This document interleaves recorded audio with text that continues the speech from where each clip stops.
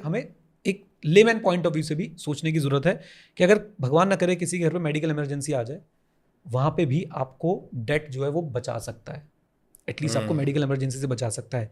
जो बातें मैं बोलने वाला हूँ उसे अगर ध्यान से बैठ के समझेंगे तो वो समझ भी आएंगी और किसी ना किसी की हेल्प भी होगी। लेकिन अगर आप सिर्फ एक्सपोज वीडियो टाइप कुछ बनाना चाहते हो, उससे भी खैर हमें बहुत ज़्यादा प्रमोशन मिलता है, बना लेना। पॉइंट इतना सा है, क्रेडिट कार्ड को भी आप मेडिकल इमरजेंसी के टाइम पे यूज़ कर सकते हैं। कैसे, क्यों, कब? अभी आपको एक रियल लाइफ केस बताता हूँ।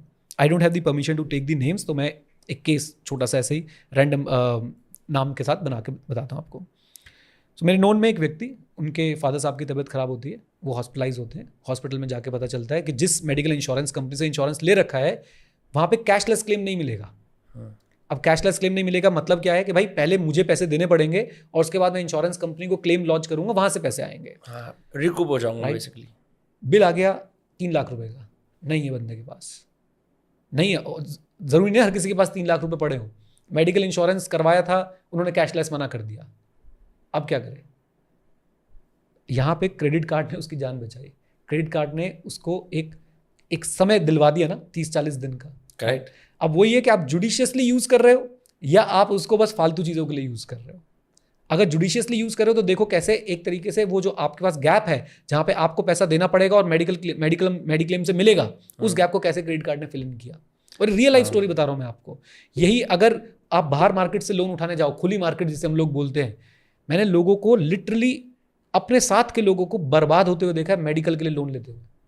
क्यों? मैं जहां रहता था सरिता विहार में, again without taking the names, और जब मैं स्टोरी बताता हूँ आई फील कि यार इस वीडियो से कोई कुछ सीखे ना सीखे, भाई जाके मेडिकल इंश्योरेंस ले ले। हमारे जैसे मोहल्ले में सब रहते हैं, दोस्त रहते हैं, कुछ बड़े भैया भैया होते हैं, उनको भैया भैया बोलते रहते हैं, क्रिकेट वगैरह खेलते थे साथ में।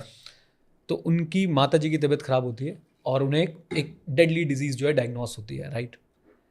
अब इलाज कैसे करवाएं? मेडिकल इंश्योरेंस है नहीं, इलाज कराने के लिए ओपन मार्केट से पैसा उठा लिया। ओपन मार्केट से पैसा मिलता है ना। ओपन मार्केट मतलब किसी लेनदार से, लोन शार्क से। यस, जैसे जो ब्याज का काम करते हैं और ब्याज के काम से भाई ऐसे पैसा उठा लिया। 3% पर मंथ का ब्याज, 3% पर मंथ का ब्याज। पैसा उधार देने वाले का भी दिल देखो कि उससे 3% पर मंथ का ब्याज मांग रहा है। वो उस व्यक्ति का घर बिक गया, जिस की मदर की ऐसी तबीयत खराब होती है, उस व्यक्ति का घर बिक गया। वो व्यक्ति भागा भागा फिर रहा है कि भाई पैसे है नहीं मेरे पास और अभी मुझे मारने को ढूंढ रहे हैं क्योंकि मैंने इनसे लोन ले रखा, और ब्याज उसके प्रिंसिपल से कई गुना ज़्यादा निकल गया, कई गुना ज़्यादा। ये, और मैं आपको भी बता दूं कि ये सुनने के, ये दुख की बात ये है कि ये मैं जो आपको स्टोरी सुना रहा हूं ये शायद होगी 2004, 5, 6 के आसपास की होगी। मतलब उसी, मेरे को एग्जैक्ट पीरियड याद नहीं है, 4 से 8 पकड़ लो। आज भी यही हालात हैं कि लोग मेडिकल इंश्योरेंस को लेकर जागरूक ही नहीं है। ट्रेडिंग करनी है, मेडिकल इंश्योरेंस नहीं लेना है, जबकि बेसिक्स हैं।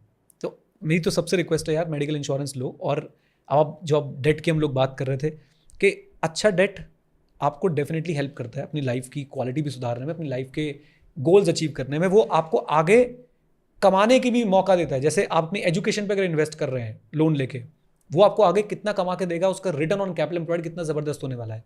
आप अपने घर को ले रहे हैं, उसकी इमोशनल वैल्यू समझिए, पर्सनल वैल्यू समझिए, and later on I understand जो फाइनेंशियल गुरुज हैं वो बोलते नहीं जी उसमें तो एप्रिसिएशन बहुत ज़्यादा नहीं हुआ, ये नहीं हुआ, वो नहीं हुआ। शायद मैं भी उनमें से एक था पहले। लेकिन यार एक पीस ऑफ माइंड है आपके पास, और पीस ऑफ माइंड होने के साथ साथ कुछ तो अप्रिशिएट हो रहा है। मैंने तो अपनी आंखों के सामने आपको रेंटर से बायर बनकर दिखा है। मैं, और जब आप पहली बार आए थे, आप एक एक्सट्रीम रेंट बायर है। वो भी एक मतलब एक छोटा सा पॉइंट मैं करना चाहता हूँ कि फाइनेंशियल नॉलेज भी is subject to the same principles as science. मतलब साइंस के अंदर जब आपको एविडेंस दिखता है जो आपके पुराने प्रेमाइस को फॉल्सिफाई करता है, आपको मान लेना चाहिए। और यार फैक्ट्स बदलेंगे तो कंक्लूजन भी बदलेगा। मेरे पास मनी का फ्लो बदलेगा तो मेरे शायद एक्शंस भी थोड़े बहुत जो है वो बदलेंगे।